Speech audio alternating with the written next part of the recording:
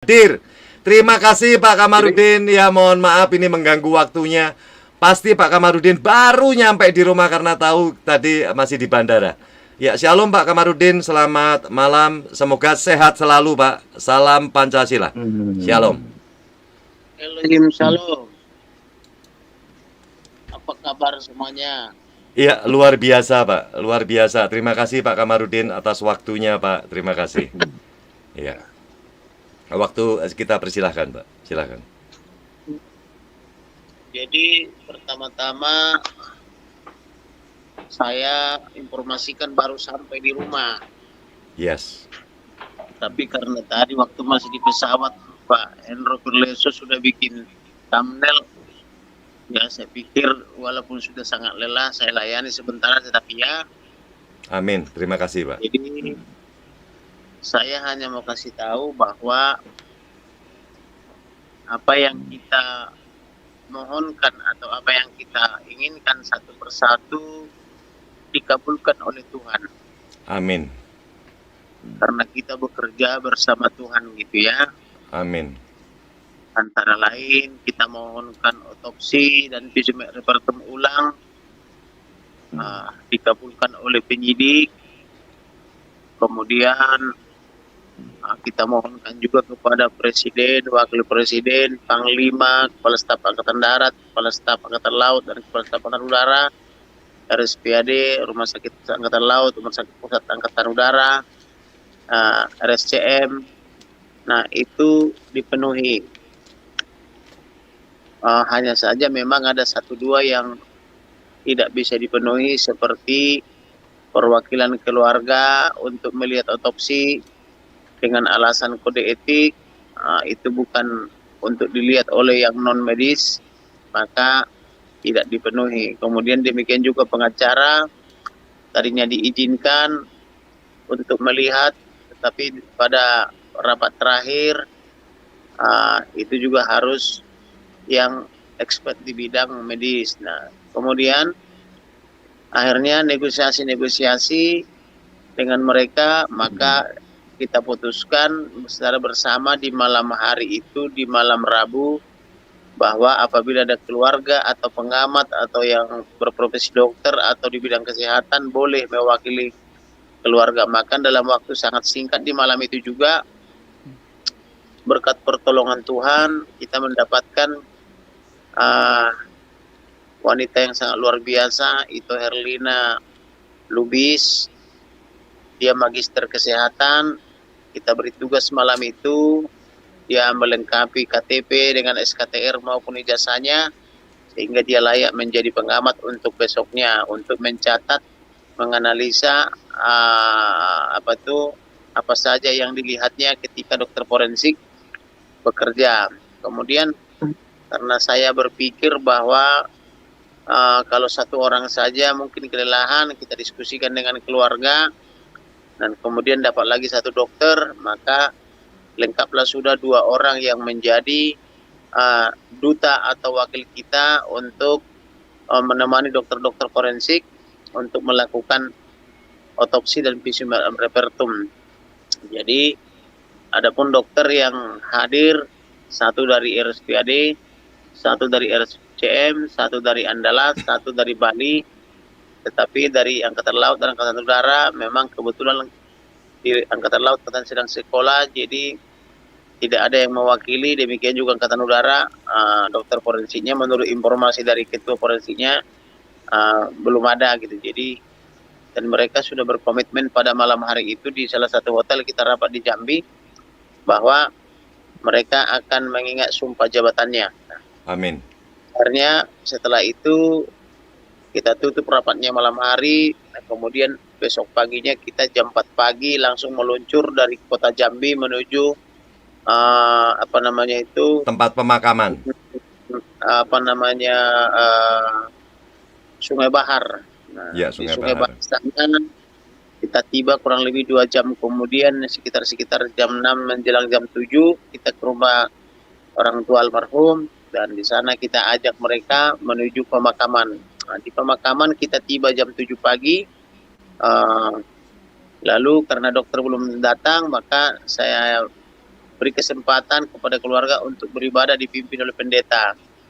Setelah beribadah, sebelumnya kita sudah siapkan ada 5 orang kru yang akan menggali dari pihak keluarga, yaitu dari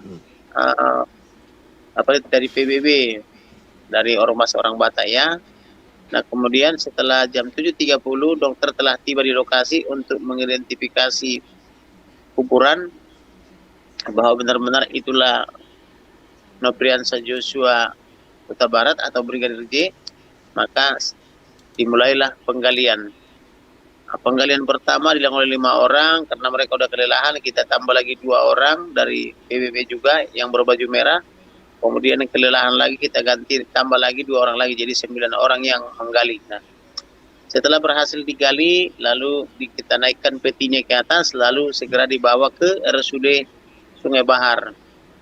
Di RSUD Sungai Bahar sudah di situ tim kita, baik tim dokter maupun magister kesehatan yang dari klinik bersama-sama dengan dokter forensik melakukan otopsi ulang dan visum repertum ulang. Sebelumnya saya sudah briefing dari saksi kita atau perwakilan kita supaya betul-betul teliti mencatat apa yang harus dicatat, mulai dari ujung rambut sampai dengan ujung kaki. Maka kita tunggu kurang lebih 3 sampai 4 jam. Selesai sudah di otopsi, demikian juga di visum repertum. Namun ketika pengangkatan dari kuburan, mundur sedikit ceritanya, itu tidak mengeluarkan aroma bau tetapi aroma segar. Saya tidak tahu itu apakah itu aroma formalin aroma apa, tapi peti itu mengeluarkan aroma segar dan wangi. Demikian juga dicium oleh ibunya juga begitu sebelum dimasukkan ke dalam ambulans. Nah, kemudian di rumah sakit itu setelah selesai otopsi, maka saya tanyakan mengenai hak dia untuk dimakamkan secara kedinasan polisi. Nah, Pak Jenderal yang selama ini teman saya bernegosiasi menyatakan tidak berdaya karena alasan kurang administrasi. Ya, saya katakan administrasi apa yang kurang? Kenapa sampai sudah 20 hari masih administrasi tidak lengkap? Maka saya minta harus diberikan hak daripada almarhum supaya diberikan penghormatan terakhir dengan cara upacara kedinasan karena dia gugur dalam tugas kan begitu. Nah, kemudian beliau menyarankan saya untuk berkomunikasi dengan Kapolres. Setelah saya berkomunikasi dengan Kapolres, Kapolresnya pun heran kenapa dengan saya. Saya kan cuma AKBP kan begitu. Jadi kok jadi ke saya kan begitu. Nah, akhirnya saya bilang, tolong deh kalian berunding siapa yang punya power di situ, saya bilang gitu. Bila perlu berunding dengan Jakarta. Pokoknya kita maunya ini dikubur dengan upacara kedinasan karena belum ada putusan yang menyatakan perbuatan dia ini tercela. Soal ada tuduhan-tuduhan memang dari pihak lain, itu hanyalah dalil-dalil tanpa bukti karena belum ada kita lihat CCTV atau bukti apapun yang menyatakan dia melakukan perbuatan tercela. Malah yang saya pahami dia ini adalah orang yang sangat baik dan berprestasi, disayang sama komandannya, demikian juga sama Ibu Putri. Terbukti sebelum mereka berangkat ke Magelang, adik daripada almarhum ini diundang ke rumahnya, diberi hadiah. Saya tidak tahu itu hadiah apa, apakah hadiah ulang tahun atau hadiah apa. Diberikan dompet merek Pedro, diberikan uang 5 juta dan diberikan juga hal lainnya. Itu melambangkan bahwa hubungan mereka sangat baik dengan keluarga. Nah, jadi oleh karena itu tidak ada alasan bagi kepolisian untuk tidak memberikan apa yang menjadi hak daripada almarhum begitu. Lalu akhirnya mereka nego-nego. Sambil mereka nego-nego itu atau berdiskusi, saya viralkan di media sosial supaya masyarakat mendukung supaya dia diberikan apa yang menjadi haknya. Kemudian saya live-kan juga di Metro TV dan di CNN, meminta kepada Presiden Republik Indonesia, kepada DPR, kepada Panglima, kepada Kapolri, kepada Menko Polhukam, supaya apa yang menjadi hak daripada brigadir ini diberikan. Setelah itu tidak berapa lama saya tengok mereka lagi latihan-latihan baris per baris, maka saya punya pemikiran pasti dikasih karena mereka sudah mulai latihan di depan rumah sakit itu. Amin. Amin. Maka hampir sejam kemudian saya dijumpai oleh Bapak Kapolres mengatakan bahwa apa yang saya perjuangkan dipenuhi, yaitu akan ada pemakaman secara kedinasan. Nah, maka saya sampaikan kepada ibu daripada almarhum, beliau langsung bersyukur dan menangis histeris karena apa yang menjadi harapannya dipenuhi. Dan setelah polisinya siap baris per baris untuk melakukan upacara pelepasan dan peti sudah disiapkan, sudah mulai dibersihkan, kami pun diberikan kesempatan untuk masuk ke ruang jenazah. Di ruang jenazah itu saya melakukan pemotretan beberapa kali, demikian juga keluarga dan sebagainya. Setelah itu barulah jenazah ditutup dan dilapisi dengan bendera merah putih. Nah, kemudian setelah dikeluarkan, klien kami yaitu ibu daripada Brigadir Joshua, dia memeluk peti mati anaknya itu dan memeluk benderanya, betapa bangganya dia menjadi warga negara Indonesia dan betapa bangganya dia anaknya anggota Polri. Perlu diketahui bahwa anak ibu ini ada 4 orang. Anak pertama itu pegawai negeri, kerja di karantina. Anak nomor 2 almarhum anggota Polri. Anak nomor 3 itu sarjana kesehatan. Anak nomor 4 juga anggota Polri. Jadi 2 dari 4 anaknya itu dipersembahkan untuk negara, mengabdi di institusi Polri. Sekalipun Tito ini atau ibu almarhum ini cuma guru honorer di SD dan baru saja diangkat menjadi, atau belum lama diangkat menjadi pegawai negeri sipil, tetapi menurut saya mereka adalah seorang wanita yang hebat, walaupun suaminya Laih Huta Barat tidak ada pekerjaan tetap, hanya kerja serabutan, tetapi dia bisa membina anaknya dan mendidik anaknya dengan sangat baik, sehingga 4-empatnya anaknya itu berhasil meraih apa yang mereka cita-citakan. Maka saya mengatakan itu kepada Pak Jenderal itu, dari sini saja, dari cara hidup mereka ini sudah patut kita hormati dan kita hargai, karena inilah pahlawan-pahlawan yang betul-betul mengabdi buat negara. Dia seorang guru honorer, cukup lama, ada puluhan tahun mengabdi, kemudian belum lama baru diangkat jadi PNS, kemudian anaknya juga dididik dengan sangat baik. Nah, inilah pahlawan. Siapa lagi rupanya pahlawan negara, kan begitu. Nah, akhirnya mendengar penjelasan saya itu, mereka pun memberikan apa menjadi haknya itu, dan akhirnya kita kuburkan dia secara kedinasan. Nah, kemudian setelah dikuburkan secara kedinasan, itu juga saya liput semua dan saya tayangkan kemudian di di Facebook secara taping. Kemudian setelah itu segera saya mengejar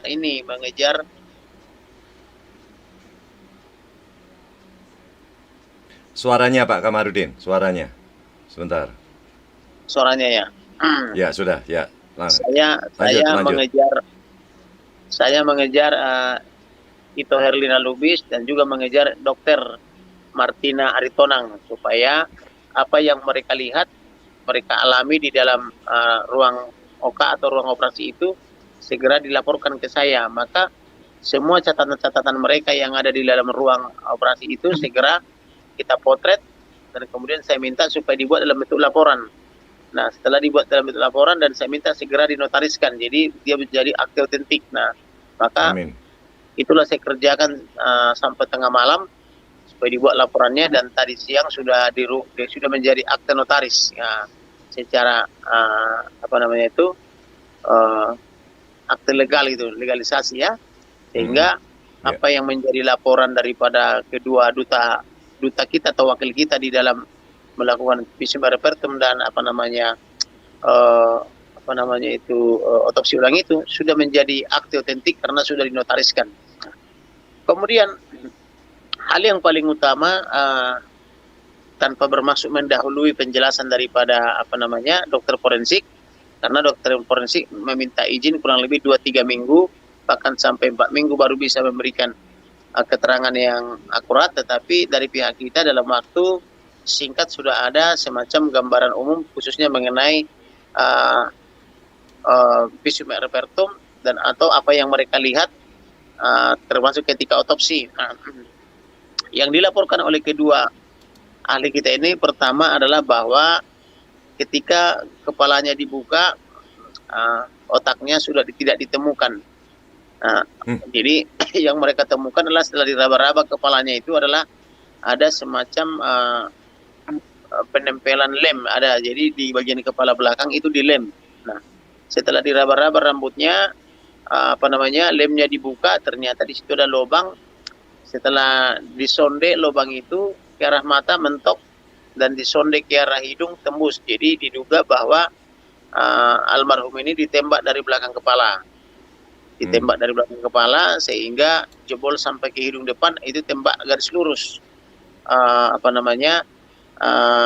Karena datar dia dari belakangnya, dan dari lubang belakang sampai dengan lubang hidung depan itu datar. Nah, sebelumnya kan sudah pernah kita bicarakan bahwa lubang hidung itu kan seperti ada sayatan dengan 2 jahitan kan begitu. Nah, menurut pengamatan daripada wakil kita itu dokter dan yang magister kesehatan itu adalah diduga lubang peluru yang ditembakkan dari belakang. Dan kemudian di dalam tengkorak itu ditemukan juga 6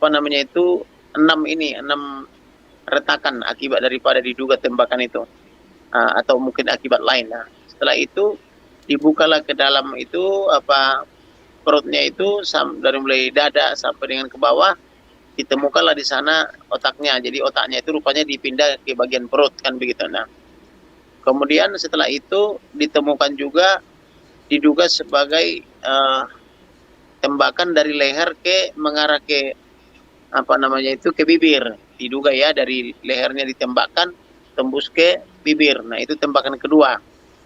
Nah, kemudian disonde juga dan tembus ke bibirnya. Artinya disonde itu artinya ditusuk pakai alat yang seperti sumpit misalnya, itu ditusuk dan tembus. Nah, kemudian yang ketiga ditemukan lagi lubang di dada, itu juga disonde juga tembus. Nah, sehingga diduga itu juga akibat peluru. Nah, kemudian yang keempat, di tangan sebelah kanan itu ada juga lubang di lengannya ini, juga lurus gitu. Nah, tidak miring, ketika disonde juga tembus dia. Jadi itulah diduga 4 lubang akibat peluru. Nah, setelah ini itu ditemukan lagi di bedah paha, di dagu, seperti yang kita bicara selama ini sesuai gambar, ada luka terbuka atau luka terbuka yang dagingnya hampir terkelupas itu. Nah, itu belum bisa dipastikan lubang apa, tapi ketika disonde tidak ada lubang ke dalam, jadi hanya luka terbuka, jadi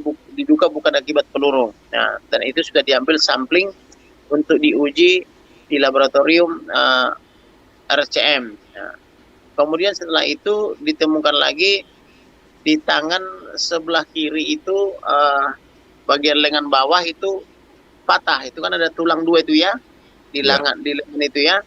Nah, itu patahnya kenapa belum bisa disimpulkan, karena masih harus diteliti oleh dokter forensik. Tetapi menurut pengamatan daripada duta kita yang 2 orang beserta bersama-sama dengan ahli forensik itu disepakati itu bahwa itu patah kan begitu, karena memang patah kan itu. Kemudian setelah itu di bagian jari kelingking dan jari manis itu juga ditemukan kerusakan atau patahan-patahan jari maupun terkelupas semacam di seputar kukunya itu. Nah, itu juga diambil sampelnya karena belum bisa disimpulkan itu apa penyebabnya kan begitu ya. Maka sudah dibawa samplingnya. Kemudian di punggung bagian belakang itu juga ada semacam memar itu atau luka. Itu juga diambil sampling untuk diteliti penyebabnya apa, untuk diteliti di rumah sakit di laboratorium RSCM. Nah, kemudian di bagian kaki sebelah kiri ditemukan di lutut itu, di sikunya itu ada juga semacam luka atau memar, itu juga diambil sampling untuk diuji. Kemudian mengenai ada keluhan ibunya bahwa anaknya dulu lahir sempurna, kemudian waktu melamar Polri juga kakinya sempurna, tetapi ketika mati kenapa kaki kanannya tidak lurus lagi tapi sudah menjadi bengkok, itu juga diteliti. Nah, kemudian di kaki kanan paling bawah yang selama ini kita tunjukkan gambarnya berupa ada sobekan atau jahitan itu itu juga ditemukan oleh mereka dan memang betul ada, tapi belum bisa dipastikan itu penyebabnya apa. Namun diduga sementara itu diduga ya untuk pemasangan apa namanya itu eh, formalin katanya. Nah, Ya. kemudian di kaki sebelah kiri bagian bawah di pergelangannya itu juga ditemukan lubang lagi, eh, tetapi belum bisa dipastikan apa penyebab daripada luka mengangai di sebelah kaki kiri bagian apa itu pergelangannya. Kemudian apa namanya itu di dalam jeroannya itu juga lama diperiksa-periksa baru ketemu ginjalnya, karena waktu itu saya meminta kepada dokter forensik di malam hari baik waktu pertemuan offline maupun pertemuan online, saya katakan supaya dicari tahu sebab-sebab kematiannya, supaya diperiksa ginjalnya, diambil samplingnya untuk mengetahui kapan dia mati. Kemudian saya minta juga supaya khususnya dan lambungnya itu juga diambil sampling untuk dicari tahu apakah ada diracun atau apa kan begitu ya. Nah, tetapi menurut dokter waktu itu kalau itu kemungkinan tidak bisa kalau urusan diracun apa tidak, karena sudah 19 hari dan kemudian itu sudah apa namanya dimasukkan 2 kali formalin. Tetapi untuk ginjal karena ginjal ini sensitif, nah mudah-mudahan masih bisa diketahui sebab-sebab matinya dan kapan matinya, supaya mengetahui apakah penguasaan terhadap handphone daripada almarhum itu uh, orang lain atau tidak yang melakukan komunikasi melalui WhatsApp grup kepada orang tuanya di tanggal 8. Ya. Kemudian itulah kira-kira gambaran secara umum, tetapi sebenarnya masih banyak lagi temuan-temuan ya, tapi itu semua sudah diaktifkan dalam akte notaris. Nah, biarlah nanti dokter forensik yang akan membicarakannya itu secara apa namanya secara terbuka, dan diharapkan juga sesuai amanat presiden itu bisa dibuka ke publik. Namun memang apa namanya berkali-kali dokter forensik ini mengatakan bahwa ini untuk pro justisia maka diberikan kepada penyidik, tetapi karena kita percaya kepada presiden yang menyatakan dibuka saja jangan ditutupi, maka oleh karena itu juga saya dengan meminta cepat dibuat laporan, jangan sampai ini laporan daripada wakil kita yang 2 orang ini didistorsi oleh orang lain. Maka saya minta segera dalam 1-2 hari ini dari kemarin sampai hari ini segera dilaporkan. Dan saya tadi puji Tuhan ketika mau berangkat ke Jakarta saya sudah diberikan laporannya secara tertulis, bahkan sudah menjadi akte notaris begitu. Amin. Itulah kira-kira yang bisa saya laporkan, dan puji Tuhan, terima kasih juga buat dukungan daripada teman-teman media maupun netizen, khususnya daripada pemirsa daripada YouTube-nya Pak Hendro Perleso ini. Terima kasih. Ya, luar biasa ya. Terima kasih sekali. Ada pertanyaan sedikit, Pak. Apakah betul, Pak, seperti yang diinformasikan bahwa untuk mengisi formalin itu harus disobek, Pak, bukannya hanya disuntik saja, Pak? Apakah itu ada pertanyaan itu, Pak? Silakan Pak Kamarudin. Memang itu juga saya tanya, apakah itu dimungkinkan, karena ada juga beberapa teman yang menyatakan bahwa memasang formalin itu cukup disuntikkan saja di tempat-tempat yang empuk. Tetapi dokter forensik ini menyatakan bahwa ada juga misalnya untuk mempercepat memasukkan formalin itu bisa melalui apa namanya urat nadi kan begitu. Benar apa tidak kan itu hanya mereka yang tahu dengan Tuhannya ya. Tetapi beberapa juga saya konsultasikan bahwa itu tidak lazim, tetapi lazim atau tidaknya itu kan ini menyangkut ilmu kedokteran, biarlah mereka yang menjelaskan itu dan pakar kedokteran. Yang bisa saya paparkan adalah fakta-fakta atau bukti-bukti yang bisa dilihat oleh kasat mata kan begitu. Ya, luar biasa. Terima kasih Pak Kamarudin. Soalnya saya pernah melihat sendiri penyuntikan formalin, Pak. Ini meliputi buat saudara kan, buat saudara saya. Jadi saya melihat hanya disuntik-suntik saja, tapi ada informasi mengapa harus disobek, dimasukkan formalin itu yang menjadi pertanyaan saya. Ya kan, mengapa harus dimasukkan? Apa gunanya dimasukkan? Itu kalau disuntikkan kan lebih bisa masuk. Katanya yang terakhir saya mendengar itu, ya ini karena sudah meninggal, jadi jantungnya sudah tidak berjalan, jadi dia tidak bisa menyebar. Itu adalah informasi. Saya tidak tahu. Mungkin saudara-saudara saya yang di sini ada pertanyaan. Ya silakan Pak Kamarudin, silakan. Satu lagi yang temuan itu adalah bahwa tadi di kepala juga dilem bekas lubang daripada peluru itu, tetapi berhasil dikorek-korek dan atau dibuka oleh tim dokter forensik. Kemudian juga lubang-lubang yang lain juga dilem, yaitu mulai dari perut atas sampai bawah juga dilem. Itu kita tidak mengerti kenapa itu bekas jahitan dan luka-luka dilem seperti itu. Apakah ada sesuatu yang harus dimasukkan? Nah, biarlah nanti ahli forensik yang akan menjelaskan. Tapi fakta-fakta itu tertuang dalam keterangan daripada ambasador kita atau duta kita gitu. Ya, ada pertanyaan lagi sedikit, Pak. Apakah ada peluru di dalam tubuh adik kita Joshua yang masih tertinggal di dalam tubuh seperti informasi dari Komnas HAM, Pak? Silakan, Pak. Kalau penjelasan daripada ini kemarin ya belum ada penjelasan tentang itu, tetapi tadi karena saya ini mendapatkan hasil otopsi kedua Brigadir Nopriansa Joshua Huta Barat ini, saya tadi dapatnya itu sudah pas mau boarding pesawat, jadi belum saya baca semua. Yang saya jelaskan barusan itu adalah apa yang diterangkan tadi malam berdasarkan catatan-catatan kecil yang mereka punya, yang juga sudah langsung kita langsung kita kuasai kan begitu dalam tanda petik kita. Terima kasih Begitu. Pak Kamarudin. Saudara-saudara, Pak Kamarudin kemarin di waktu perjalanan menuju pagi-pagi itu, Pak ya, kita komunikasi itu saya lihat jam 4.46, Pak. Sampai jam 4.50 itu berarti pagi itu. Sama-sama kita tidak tidur. Jadi saya juga ya makanya aduh Pak Kamarudin ini bagaimana, sudah kelihatan sekali matanya lelah ya. Saya melihat matanya merah, lelah. Tapi berhari-hari, Pak. Jadi kita juga ingin Pak Kamarudin tetap sehat walafiat karena menegakkan kebenaran memang butuh pengorbanan. Tapi kita jangan mengorbankan diri kita sehingga belum sampai finish, Pak. Ini masih cukup jauh. Saya melihat kasus ini cukup jauh, apalagi informasi daripada Dr. Ade Firmansyah itu saya mendengar bahwa membutuhkan waktu sekitar 4 minggu, ya kan, membutuhkan 4 minggu. Dan katanya ada kendala mengenai formalin. Tapi ada satu sisi saya mendengar bahwa formalin itu cukup menguntungkan karena apa? Membuat tubuh itu menjadi awet, Pak. Ya kan, menjadi awet. Ini ada plus minus daripada pemberian formalin. Apakah Pak Kamarudin juga mendengar informasi daripada saksi yang ikut melihat, yaitu saudara Roslin Lubis dan siapa itu, Pak? Silakan Pak Kamarudin, Pak. Silakan.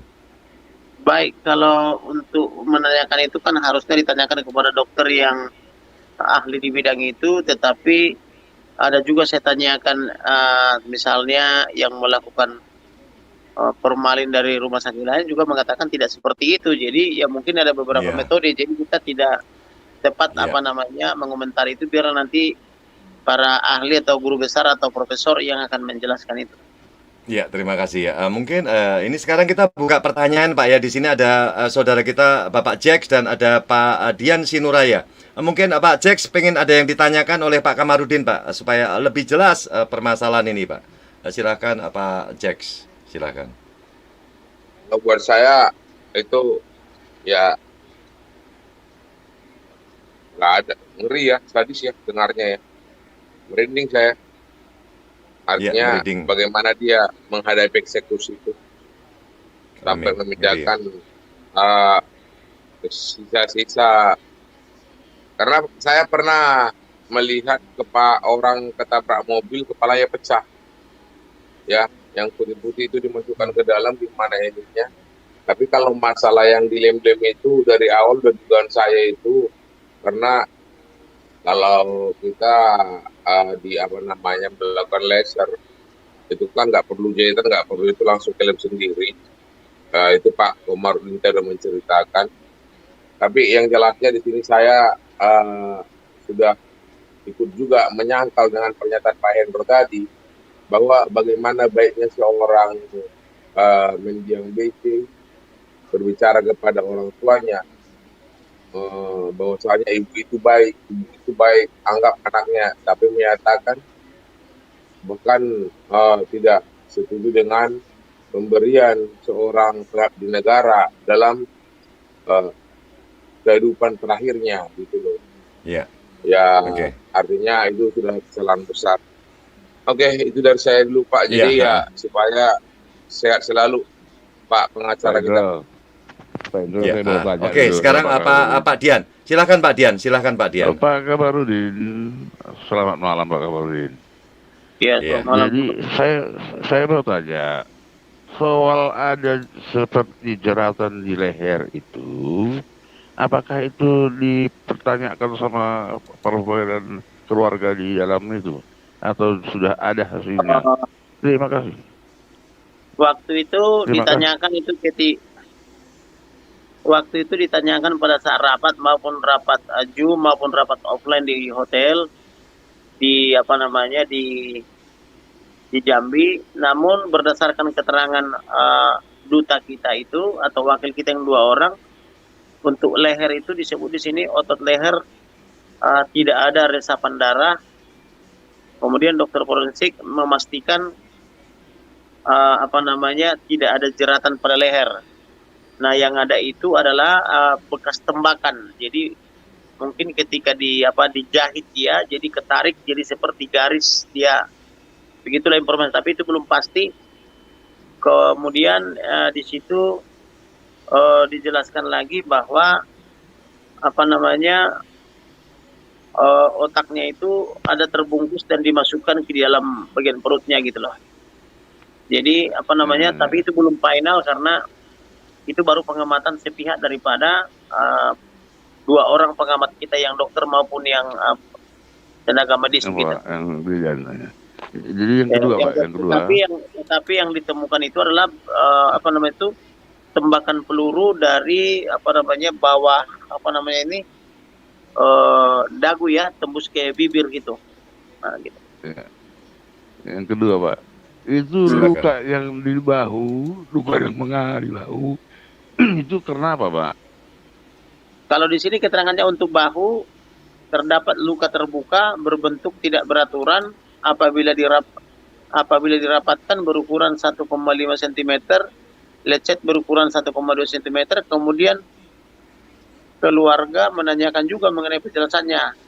Terus dokternya menyatakan masih akan mengidentifikasi sehingga diambil sampel untuk diidentifikasi secara khusus. Jadi belum bisa dipastikan apa penyebabnya. Tetapi faktanya adalah bahwa ada terdapat luka terbuka berbentuk tidak beraturan kan begitu. Ya. Yang ketiga Pak, yang di belakang kuping, yang kata Bapak dulu sering sekitar 1 jengkal. Itu luka kenapa sampai begitu lebarnya? Betul, ada ditemukan itu luka di bagian belakangnya itu, di bagian belakang telinga, tetapi mereka belum bisa menyimpulkan itu luka apa karena masih harus diuji. Tetapi ada baru dugaan bahwa itu untuk dalam rangka membuka rongga kepala. Dalam rangka bagian daripada otopsi yang pertama, karena terbukti otaknya sudah tidak ada di dalam rongga itu, tetapi sudah dipindahkan ke dalam bagian perut kan begitu. Ya. Kemudian mengenai karena ada juga yang pertanyaan-pertanyaan dari publik yang sangat banyak mengenai alat vital, ya, dan alat vitalnya juga utuh dan baik. Amin. Oke. Amin. Ya. Terima kasih Pak Kamarudin. Selamat Iya. bertugas, berjuang terus. Berarti Pak Komarudin, itu yang namanya tembak menembak dari sudut elevasi yang mempunyai kemiringan terbantahkan toh dengan Sudah Bapak katakan tadi tembakan itu lurus gitu loh. Secara kasat mata sudah terbantahkan karena ada tembakan diduga dari bawah dagu atau dari seputar leher tembus ke ke bibir. Kemudian dari belakang lurus tembus ke hidung. Artinya itu kan datar itu ya. Kemudian tembakan di tangan itu juga lurus. Kemudian tembakan di dada itu juga lurus, begitu penjelasannya. Ya. Pak Kamarudin, ini ada pertanyaan. Berarti rekonstruksi yang mereka lakukan lagi itu juga udah terbantahkan jelas. Kalau begitu. Baik. Oke Pak, terus Pak. Ya, Pak Kamarudin, ada pertanyaan daripada warga saudara kita ini Pak. Bagaimana dengan rahang yang bergeser Pak? Rahang yang berubah itu bagaimana Pak? Ya, silakan. Untuk rahang yang bergeser itu atau yang dislokasi belum bisa dijelaskan, tetapi baru ditemukan fakta itu ada kan gitu. Ya. Tetapi penyebabnya apa? Nanti biarlah dokter Tim. forensik yang menjelaskan itu. Iya. Nah, misalnya seperti di sini untuk penjelasan di bagian kepala itu dia banyak penjelasannya. Pertama, di mata kanan dari GPD 1 cm memar dan luka terbuka tetapi tidak rata, kemudian dasar tidak bisa dinilai bila dirapatkan, tidak rata dan dikelilingi memar kehitaman 4,4 kali 2 cm, pada pipi kanan 3 cm, dan dari GPD sudut mata terdapat luka luar 1,5 cm berbentuk garis 0,5 cm. Kemudian masih keterangan tentang bagian kepala, pada puncak cuping hidung terdapat luka 2 cm dan lubang hidung 5 cm di sudut berwarna kecoklatan, tepat pada puncak hidung sisi kanan 0,5 cm. Dari garis luka terbuka yang sudah dirapatkan berbentuk tidak beraturan 1,5 cm pada pipi kiri dari GPD 5,5 cm di bawah sudut, atau luka lecet 0,5 kali 0,3 cm. Kemudian masih penjelasan tentang kepala, pada bibir bawah bagian kiri 1 cm dari GPD terdapat luka terbuka yang sudah dirawat dan dirapatkan, bentuk tidak beraturan sepanjang 2 cm dalam kurung luka terbuka terbelah 2 lecet di bagian atas tutup kurung. Kemudian leher sisi kanan 2 luka terbuka. Nah, ini tentang leher tadi ya. Iya. Leher sisi kanan 2 luka terbuka dari GPD yang sudah dijahit berukuran 6 cm ya. Puncak bahu luka terbuka yang sudah dirawat, dilakukan jahitan, terdapat benang berwarna hitam. Setelah jahitan dibuka tampak luka terbuka tapi tidak rata dan tidak beraturan panjang luka 2 cm ya. Nah, iya. kemudian masih seputar kepala juga, belakang telinga yang ditanya oleh Bapak tadi ya, belakang telinga dan rambut terdapat jahitan hasil atau diduga hasil otopsi postmortem atau pertama ya. Gitu. Nah, kemudian masih seputar kepala, otopsi kepala bagian belakang kepala di sisi kiri terdapat luka terbuka berbentuk lubang tidak beraturan, luka berbentuk lubang yang berbentuk corong ke arah dalam 2 cm, diikuti retak tulang sekitar sampai basis rani ya. Lecet melingkari luka kedalaman tembus ke puncak hidung membentuk sudut 60 derajat ke kiri atas tulang belakang atau oksipital, itu kurung tengkorak, kepala retak, dan tulang wajah bagian depan di sisi dalam patah antara tulang hidung dan tulang mata sisi dalam. Nah, itu patah itu ya. Itu kena tembakan itu ya yang ngeri ya. Tidak tahu kita, saya tidak berani menganalisis itu, saya hanya bacakan fakta-faktanya. Iya. Kemudian terdapat patah rahang, ini yang tadi ya. Terdapat patah rahang bawah dari bibir tembus leher bawah mematahkan tulang rahang. Mulut tidak bisa lagi terbuka karena adanya pemberian formalin. Kemudian masih seputar kepala juga, otak terbagi-bagi warna putih dan terlihat keras atau postmortem pertama gitu ya. Nah, tadi leher sudah saya jelaskan ya. Sekarang bahu.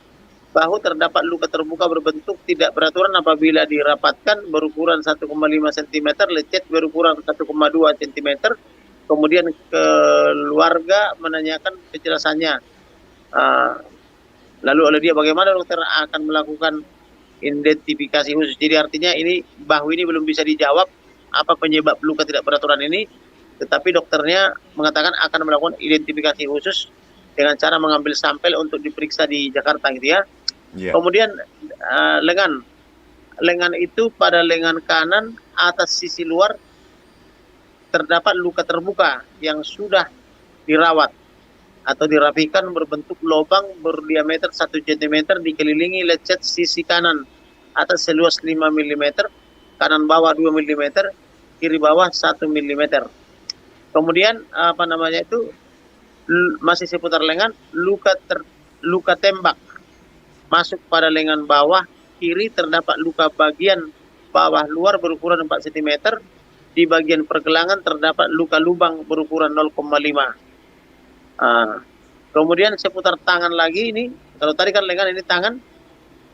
Di tangan terdapat luka masuk tembus di bagian pergelangan tangan, dan bagian depan terdapat luka terbuka berbentuk tidak beraturan, tembus luka peluru dalam kurung tembak masuk dalam tutup kurung, tembus sedalam 6 cm, didapatkan tulang patah di bagian tulang radius atau tulang pergelangan tangan, terasa serpihan sisa peluru bersudut atau arah masuk 45. Kemudian punggung tangan terdapat memar di bagian punggung tangan sejajar dengan ibu jari terdapat memar, gitu ya. Itu mengenai tangan. Kemudian mengenai kelingking dan jari manis ya. Kelingking ruas ujung jari tangan kiri kuku utuh. Luka terbuka 2,6 cm, tampak patah tulang terbuka. Ruas ujung jari kelingking tangan kiri luka, kan gitu ya. Kemudian masih seputar kelingking dan jari manis. Jari manis terdapat luka terbuka di sisi ruas ujung, dan tangan terdapat rembesan darah pada jari manis. Jaringan bawah terdapat resapan darah. Kuku dalam keadaan baik, gitu ya. Kemudian ini seputar dada ya. Pada dada kanan 2 cm di bawah puncak bahu luka jahit campur lem. Saya ulangi ya. Pada dada kanan 2 cm di bawah puncak bahu luka jahit campur lem, ada 3 jahitan simpul benang berwarna hitam berbentuk tidak beraturan tapi dan tidak rata, ukuran 1 cm kali 0,5 cm. Kemudian masih seputar dada juga terdapat luka otopsi sepanjang dada dan perut. Kemudian penjelasan otopsi, dokter menjelaskan dada kanan tidak simetris antara kanan dan kiri, dan di dada kanan tidak ada luka. Kemudian masih seputar dada juga, dada kiri terdapat luka tembak masuk dan ada luka lubang. Kemudian masih seputar dada, autopsi buka dada. Terdapat tulang dada, kemudian terdapat plastik ketika diangkat, ada jaringan otak, gitu ya. Kemudian lidah, paru, dan jantung menjadi satu bagian. Kemudian ada luka di paru kiri pada permukaan berwarna ungu, pucat, kehitaman, ada luka sayatan menunjukkan bekas operasi. Kemudian pada pemijatan paru kiri tidak keluar apa-apa. Kemudian yang keenam, paru kanan warna ungu, pucat plus coklat, kenyal, padat, pada pemijatan tidak ada keluar apa-apa. Kemudian jantung, dokter memastikan pembuluh nadi jantung tidak tersumbat, warnanya coklat homogen. Kemudian masuklah kita kepada perut ya. Perut, kami menanyakan kepada dokter mengenai luka memar yang ada di perut atas, dan kita lihat bersama. Dokter menjelaskan karena sudah adanya proses perubahan tubuh, maka tidak tampak ada memar di perut Brigadir Nopriansa Joshua Huta Barat, atau dalam kurung dokter melakukan PA tutup kurung. Nah, kemudian masih seputar perut juga, autopsi dalam perut, usus tampak baik, limfe baik, ginjal kiri ada, kanan ada setengah untuk sampel. Artinya ginjalnya itu diambil buat sampel ya. Iya. Kandung kemih tidak ditemukan karena proses pemberian formalin, sehingga dokter kesulitan untuk mencari. Hati terlihat coklat, pucat, permukaan licin dan padat. Keadaan hati baik, empedu tidak tampak karena proses formalin. Kemudian pankreas tidak tampak karena proses pemberian formalin. Nah, kemudian masuklah kepada alat vital. keadaan alat vital utuh dan baik. Nah, masuklah kepada ekstremitas bawah. Kaki kanan terdapat luka terbuka memanjang berukuran 2,5 cm, tidak dijahit. Setelah dibuka ternyata tempat untuk memasukkan formalin. Dokter memeriksa untuk memastikan apakah benar-benar tempat untuk memasukkan formalin. Dipastikan terdapat pembuluh darah yang terikat benang berwarna putih dan menyatakan bahwasanya adalah bekas luka postmortem. Kemudian tungkai kaki kiri sisi luar terdapat luka bawah kiri sisi luar di atas mata kaki, terdapat luka terbuka tepi rata, dasar tulang berwarna putih. Rencana akan melakukan PA jaringan. Lipatan kaki kiri sisi dalam terdapat warna lebam dan menghitam, terdapat resapan darah di bawah kulit. Dokter forensik mengambil sampel dari situ, seperti saya jelaskan tadi ya. Kemudian masuklah kepada punggung. Punggung kanan ada luka postmortem. Saya ulangi ya, punggung kanan ada luka postmortem pertama untuk melihat ada peluru atau tidak. Nah, kemudian masuklah kepada anus. Anus baik dan tidak ada tindak kekerasan, sudah mengalami proses pembusukan. Nah, kemudian disebutkan di sini hasil otopsi kedua Brigadir Nopriansyah Joshua Huta Barat adalah tertanggal 27 Juli 2022 pukul 9.29 waktu Indonesia Barat. Otopsi dilakukan di Rumah Sakit RSUD Sungai Bahar dan dilakukan oleh tim dokter forensik yang telah berpengalaman. Kemudian saya Dr. Martina Raja Guguk yang ditunjuk sebagai perwakilan kedua dari pihak keluarga untuk ikut serta dalam melihat, menyaksikan dan mencatat tindakan otopsi Brigadir Nopriansyah Joshua Huta Barat.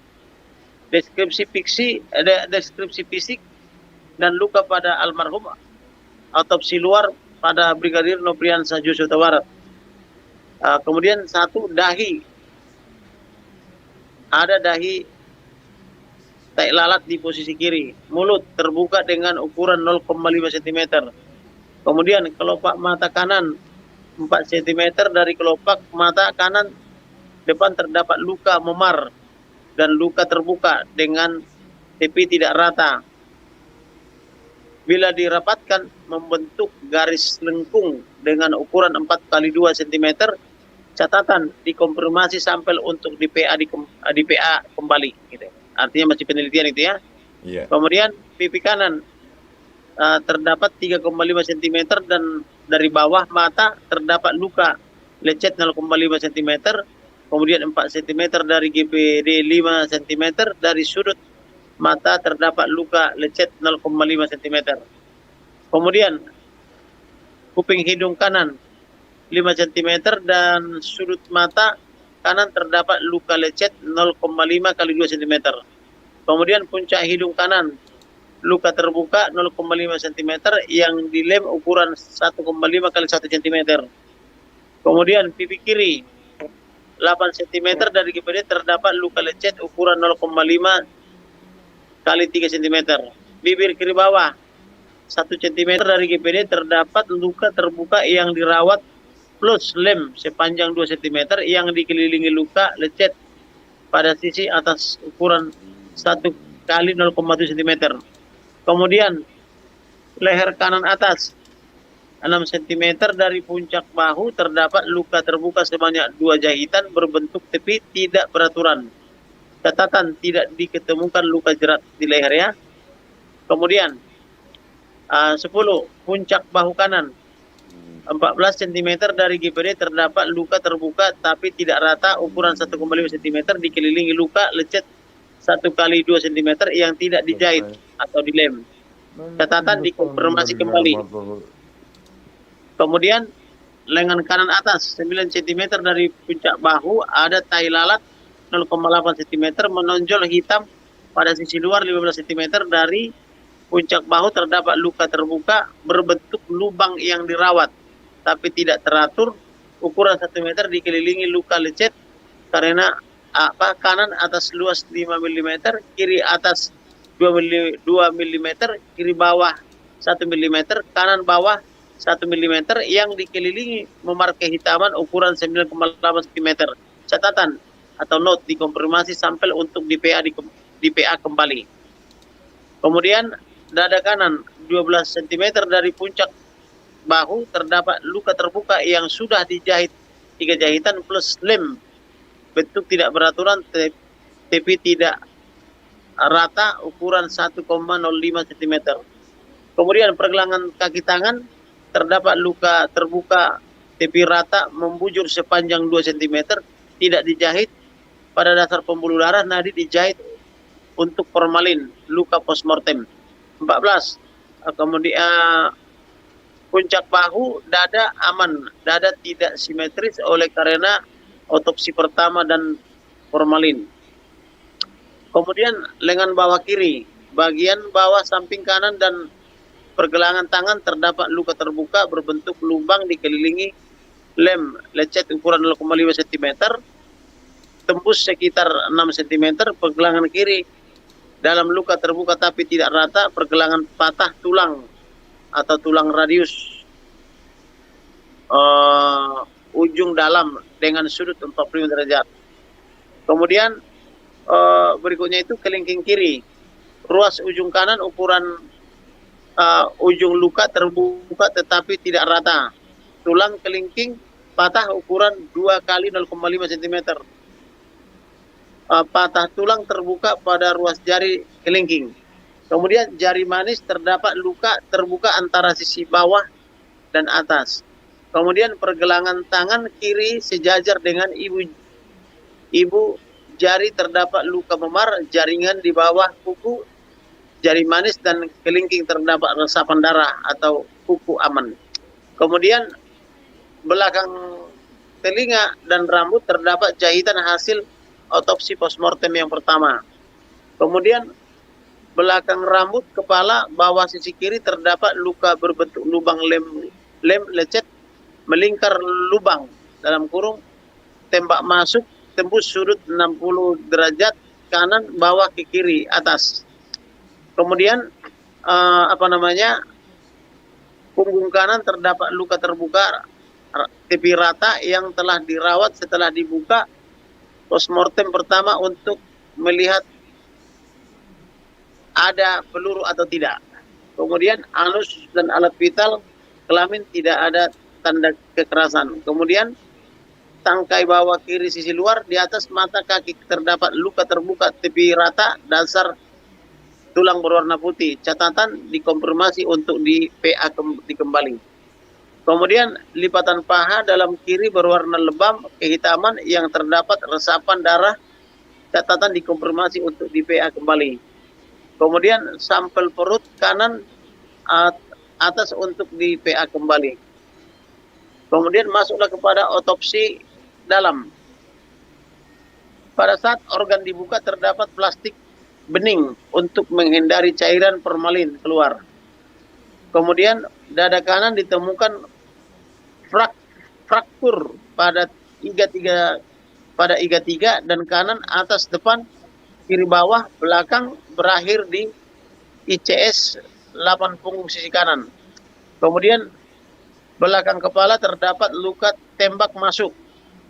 Pemeriksaan luka luar nomor 20 tutup kurung pada sudut kiri atas belakang ke kanan depan bawah menembus hidung sepanjang 12 cm. Catatan awalnya disonde untuk memeriksa apakah menembus mata kanan bawah depan, namun tidak diketemukan hambatan yang diperoleh peluru yang menembus kepala belakang saat di dalam kepala yang menembus ke hidung. Kemudian pada mulut tulang rahang bawah atau pada mulut tulang rahang bawah patah, namun mulut tidak bisa dibuka pada pemeriksaan luar. Kemudian pada bibir bawah kiri terdapat luka menembus kulit, mematahkan tulang rahang, tembus di leher sisi kanan bawah, arahnya sonde pada pemeriksaan dalam dari kiri atas, depan ke kanan, bawah depan dengan sudut 45 derajat dengan panjang 6 cm. Kemudian tulang tengkorak belakang bagian dalam patah atau oksipital, tutup kurung, luka berbentuk lubang yang terbentuk corong ke arah dalam 2 cm diikuti retak tulang sekitar sampai basis serani.